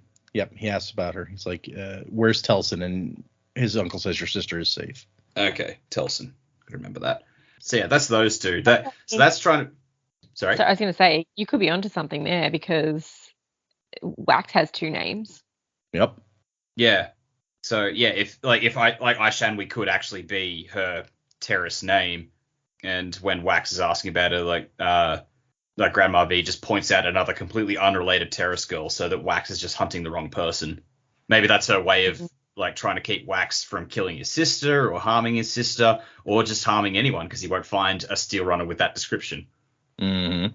So I like that. They're both plausible, so we'll have to see how we go there. But yeah, so that's that too. That's figuring out stuff that's already happened. As for a prediction for something that's actually in the future, the fact that Ulri Endry mentions she might study law stuck out to me. That makes me think that that's probably out of trying to seek vengeance, some sort of legal retribution over Wayne. But it made me think, wouldn't it be fascinating if she turns up later down the line? She's like an apprentice lawman who who Marisai has to take under her wing, and like they both are working together, completely oblivious with that they both know Wayne in completely different things, and they become really close friends, like in a mentor-mentee relationship until Wayne enters the picture, and all of a sudden they realize, oh fuck. I think that would just be a really interesting spanner in the works. Yeah. And it might finally force Ulri Endry to regard Wayne with outright hatred or some other emotion. I think that would just be a really interesting wrinkle in everyone's relationship with each other. Yeah, I agree. That would be interesting. I mean, Marisai knows the story because that's how we found it out when he told her. So, but she doesn't necessarily know that Ulri Endry is the girl, is the child of the same man. Yeah. Like Ulri Endry's just go, oh yeah, my dad was killed by some guy out in the roughs, and it sucked. And Marisai's like, yeah, well, that happens to a lot of people and doesn't put two and two together. Right. So yeah, there's all sorts of interesting possibilities to that. I like that. Yeah. Yeah, I feel like we're not done with her. Yeah, no, I agree. It seems like she throws that little thing out at the end. It makes it seem like that there's going to be more to this. Okay. Interesting. Interesting stuff. Interesting if true. Okay, so for next time, people, we are doing chapters 6 and 7. So 2 more chapters. In the meantime, let's do the other emails that we've received, because there's a few. The first one is from someone we've heard from before. It says, I've emailed a few times, but I have changed my name to Valence. You can refer to me by that or by the name guy. So you guys remember like J. Jonah Jameson. changed their name Oh. now to Valence. So Is that they're to get away from that association? No, I don't think so, because it says you can call me the name guy if you want, but I just appreciate you not using that other name again. So I'm like, okay. Happy 100th episode, and then 102 when this comes out? Question mark. Which, yeah, that's pretty much right. I haven't been listening from the beginning, but pretty early on, like June, so episode 7, I think. It's been a long few years, but you guys have been a welcome and surprisingly consistent vacation. While I never listened to your baby breaks, I am usually eager for every episode, especially because you're taking a reasonable path through the Cosmere rather than throwing people into Stormlight Archive like everyone else. Yeah, people like to hit Stormlight Archive early because it really is very cool and epic, but we'll get there. I know everyone says it, but I adore your different takes. One of the guys is really burning adium for this recent book. I learned your names, but I still can't tell Joe and Dac that. Sorry.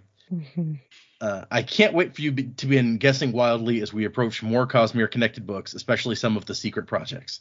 As you get started with Shadows of Self, I can't wait to see what you come up with. It's, in my opinion, the weakest Wax and Wayne book, but I expect Jaymee will like it a lot, and I hope the rest of you enjoy it. Can't wait for another 2 years. PPS, I second the baby being adorable in the background. Oh, thanks. I think it's an interesting take. A lot of people I've heard say that they feel Alloy of Law is like the weakest one in this second set. I don't think I've ever heard anyone say before they thought that Shadows of Self was the weakest. So that's interesting. I mean, every book's going to have the people who prefer it and whatnot. Well, yeah. I mean, how many people have said, like, despite, I think all of us agree that we all thought Well of Ascension was the weakest of the Mistborn trilogy, and we've heard some people say it's their favorite. So, Yep. you know, it's each their own. Yeah. But I guess if you were really into like a political thriller or something, then maybe that would be your thing. Right. Oh, yeah. Totally fair.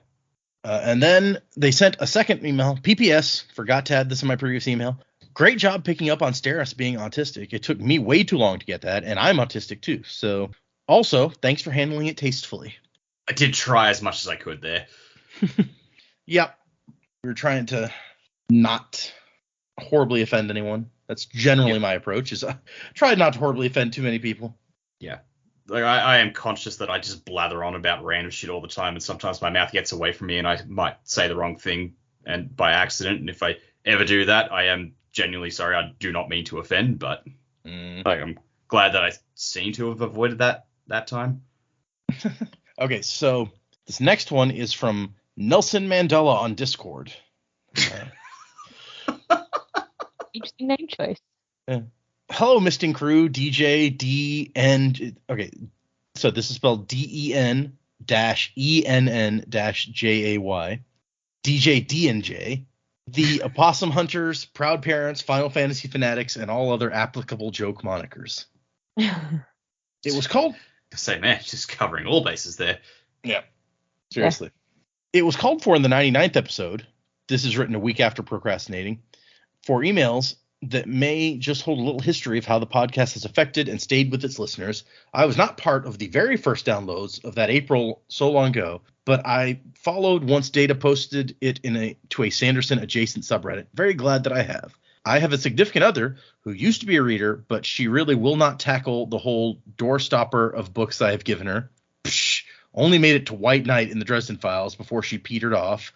She at least got to book 4, where everything really kicks off and the Fae get involved. It's fair that entry 6 is a weak one. White Knight is the 9th. Yeah, so White Knight is 9. I was wondering. Unless you mean Blood Rights, but even so, that's number 6. That's still a decent crack. Number 6 is making it a decent way. I know a lot of people aren't huge fans of number 6, given the porn storyline that is happening there, especially with the very popular and not unjustified opinion that the depiction of women is not always the best in those books because it's from Harry's perspective and it's got this whole pulp thing going on. But so I get why people have some issues with book 6 and why somebody might stop there. But yeah, fair. I think my wife actually made it to, it was either 7 or 9. I forget which one before she got off of those also. So I feel the pain. Back to what he was saying. But we also have taken a year and a half, if not longer, to get to the 3rd Gentleman Bastard novel while reading aloud to her. So having someone to discuss with is a luxury to me. Warbreaker is my next plan for read aloud, my sincere favorite Sanderson novel, and likely the best standalone / intro to the Cosmere. Cue Flame War. I mean, we can't judge. Nope, not yet. You can't. It's true. Yeah. I like the Gentleman Bastards books, so I think it's cool to hear that you guys are that you and your significant other have done that too, because those are some of my favorites. Sorry, goes on to say, I've sent emails periodically for a while, especially at the beginning of the podcast. It's a very small claim to fame, but I was the reason that Data had to add Sanderlanche with an E for a while after I goofed up. I would listen. Yeah, right.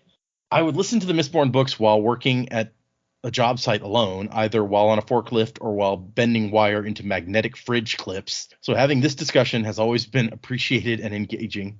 I've listened on jogs regularly and now while working out at the gym, so I get to look forward to the predicaments while walking city streets, getting my brain running in these cold months. That's nice. I appreciate that the Sanderlanche is the first podcast to be released for me each week, and I love looking forward to it. A great topic and a great thought-provoking conversation to kick off the world to.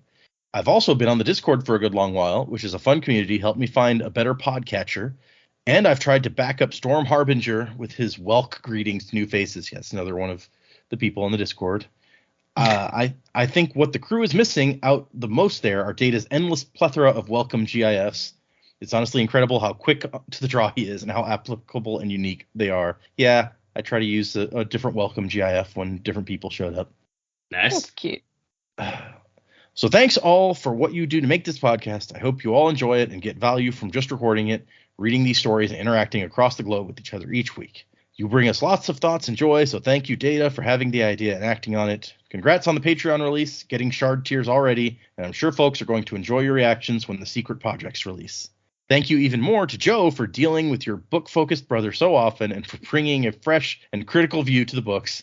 You changed my mind on Spook, not nearly as far as you, but I hadn't questioned him since I drove through these books fast. High Imperial is a hilarious joke, though. Oh my god. Fitting that we read this today. Right? And lastly, to Dac and Jaymee. Wow, you're parents, and that's incredible. Your personalities are so fun, and your predicaments are the most wild and most crazily right. Honestly, how though? You both bewilder me. Thank you, our oceanic pals, for joining in on all of this. You add so much to the show. Oh, that's Thanks, very man. sweet. And then the last bit is, the last thing I have to say is to support Data in direct opposition to Joe. And by Data, I mean the Data. The stats part of the show are a delight to me, and I love when they're brought up. What insights you get into the world from them. I really think they're a fun way to recap the progress of the podcast. Every book or major part is complete. So we the people demand the Data. Data. Ignore the protesting of your co-host and younger brother.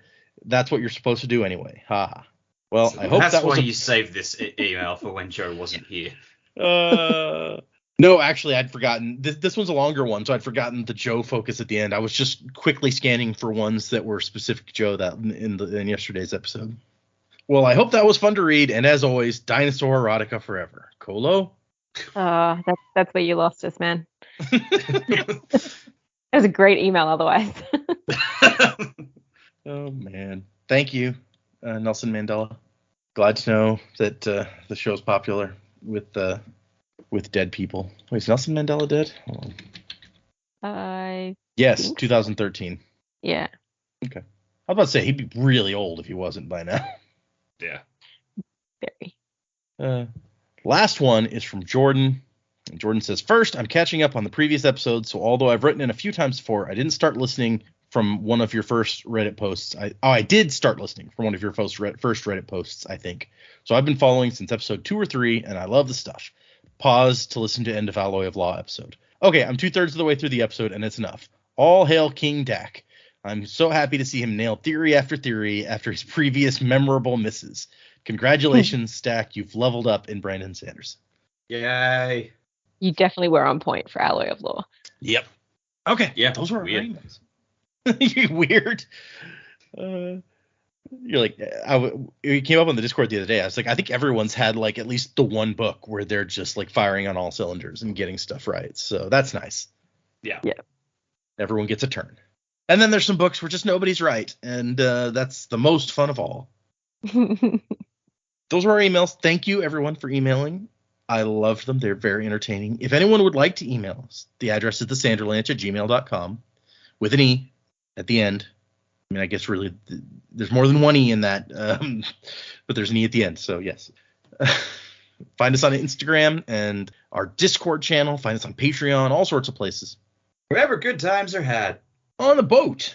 Wherever good times are. Yeah. Anyway. Joe should be back for the next one. And so remember, that is going to be chapters 6 and 7. Another couple of decent length chapters. Neither of them as long as chapter 5 was. 5 was real long. That may have actually been the longest chapter in this book. It was quite lengthy. There's so much happened. Like so much happened. Yeah. Well, it's like you split the party and you're constantly coming back and shifting between them. Yep. Yeah, I feel like each of them got like 2 sections of their I think perspective. that's right. Yeah. Yeah.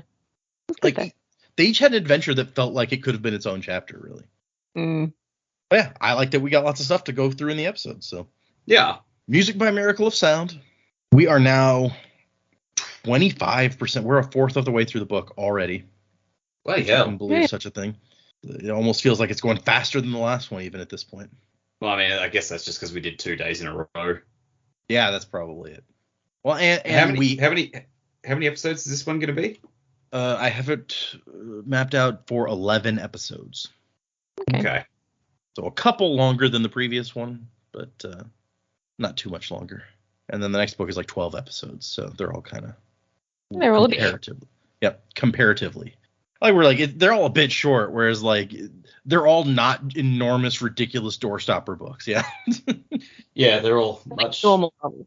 Yeah, normal books. Oh goodness. It's like the three levels of Brader's books. So you got like this series, which are like, nice and slim. You got like the Mistborn trilogy and Elantris, which are decent length chunks, and then you got Stormlight. Yep. Which are actually for you guys, since you guys get the UK copies generally, they're divided into 2 books because they are so long that they couldn't be published in one book. Ah, crap. Yeah. So yeah, I got really excited, and it was a couple of months ago, but I don't know if I brought it up on the show. We had Dac's birthday, and I try and usually find a book that he's never read before, just to give him something else to read. And I went into the bookstore, and there was this whole shelf of Brandon Sanderson, and there must have just been something else come out. Maybe Rhythm of War had come out or something. I don't know. It's just the one sticking in my head, but it might not have been that. And I was like, ooh, Brandon Sanderson. I was like, I can't read any of this. Nope. Jamie's like, I got to stay away from this shelf. Okay. I mentioned at the last episode of the one before that, like I've got some friends who read Brandon, and one of them, I was talking to one of them on Friday night, and he was just like, oh yeah, are you reading this book? Are you reading this book? Are you reading this book? And he brought up Emperor's Soul, and I was like, yes, we did that one. We've already done it. He's like, oh, cool. And so we bantered about that. And then he was asking about, what was it he said? He messaged him to me. Legion and the Reckoners. Like he was just like, oh, are those on the docket for you guys? And like, I have no idea. I don't think those are Cosmere. So no, those are non-Cosmere works. So, and we get the question a lot, like, are you going to do these non-Cosmere things? And so my answer is that I have every single thing he's written on one Word document in the order that I intend for us to read them in. All the Cosmere stuff is first, but all that other stuff is absolutely on there. And so Legion, actually, that's one of the earliest things that is on my list for non-Cosmere titles. But yeah, he has a bunch of stuff. He has stuff like Legion and the Reckoners series takes place on Earth. And so Earth isn't in the Cosmere, so anything on Earth just is automatically like, oh yeah, that's not. So, but those are real interesting. I like the premise behind both of these things. And then he has a sci-fi series that's the first book is called Skyward, so it's most usually referred to as the Skyward series. But that's also really fun. That, I think, that may have been the most recent Brandon thing that came out was his latest Skyward series books. Maybe that's what it was that was at the. I think I remember seeing the ads for that on Facebook, like Cytonic. Yep, Cytonic. Yeah. And so yeah, so all of that stuff is on the list. It's just way down the list because it's not Cosmere stuff. And once again, that's the kind of thing where if we're in the middle of like a Stormlight book, and we're just like, we need a break from we've been going at this for a long time. Let's do a little something else. Like the Legion stories are all pretty short. We could do like in an episode or two probably. So that's totally the kind of thing that if we ever get just tired of something, we can pop over to something just completely different for a little bit of a break. So that's definitely That's cool. in my head. Makes sense. So yeah, fun times. And I've even got songs picked out for some of those. Some of the earliest ones that I picked out songs for were there's just a Miracle Sound song that I'm like, oh, that is 100% so perfectly fit for this. I'm going to write it down, even though at best case scenario, it would be like 4 years before we ever got to that. I'm making this note right now. What you should do is like, I don't know if you have Spotify or not, but you should like have the Sanderlanche playlist, and it's just all the theme songs we've used. Oh, I should absolutely. I don't actually use Spotify, but I should totally do it just for that. Yeah, just distribute that among the followers. It's all Miracle Sound, but I don't think anyone's going to care. No, yeah. That's a good thing. Absolutely. Just mix in some somehow publish Joe's like It Sucks to Be a Ska and mix that into the list somewhere or something like that. Vin and Orsaur. Yeah, Vin and Orsaur, exactly. Oh man. Okay, so yes, Miracle of Sound. The sound of the Sanderlanche is Miracle of Sound. And he actually just released today for his patrons only a preview of his next song that's coming out. It's based on Elden Ring, and I started reading the lyrics and I was like, oh, this is absolutely perfect for a book that's going to come up. And so I'm like, okay, I'm going to make a note on this one right now because I think I've just found a song to go with the book. It's not even actually released yet, but it will be released long before we get to any other books, so it's fine. Cool. Sweet. But yeah, fun stuff. Okay, thanks everyone for listening and wazzing to the time of next. Colo?